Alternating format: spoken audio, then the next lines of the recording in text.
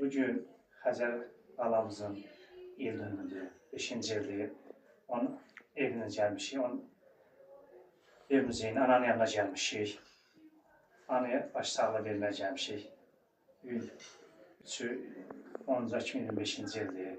Xəzərin dünyadan köçdüyü 5-ci ildir. Bu ocaq üçün, ev üçün çox ağırdır, işçidir.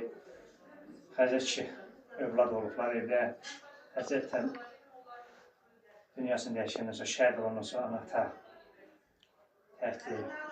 Biz özümüzə bir boş bir ana-ata yanına gəlib olmaq.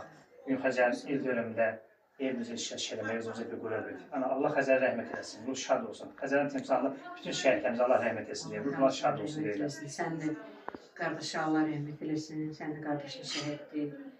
Fərqi yoxdur, hava olub, onlar hamısı bizim üçün əzizdir. Onlar bizim baş tacımızdır. Allah hamısına rəhmət eləsin.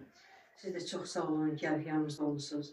Siz də çox sağ olun, gəlib bizim yanımızda olmuşsunuz. Borcumuz. Allah hamımızdan razı olsun. Bugün bizim borcumuzdur ki, sizin kimi analar huzuruna gəlib, sizin kimi analar ayağına getmək bizim üçün böyük bir qürurdur, fəxridir. Ona görə ki, mən həmişə demişəm, deyirəm ki, cənnət ayaqlarınızdadır. Mən Xəzər qardaşımızın evinə, bugün bura məclisə gəlmək özümə bir qürur, bir fəxr verirəm. Öyle bir ocağa getmişik. Xəzərin timsalında bugünkü şəhidlərimizin ruhu hamısı şad olsun deyirəm. Allah yerlərini beşdirəsin. Bugün də qürurla sizin huzurunuza gəlmək bizə böyük bir fəxrdir.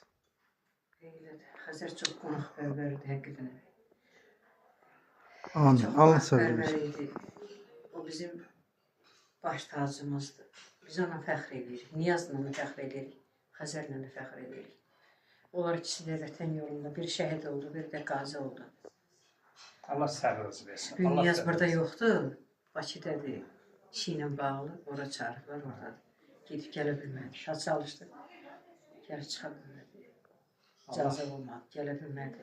Amma ürəyi buradadır, bilirəm ki. Xəzər bağımıza rəhmət eləsin, şad olsun. Allah yerini beşdirəsin deyirik.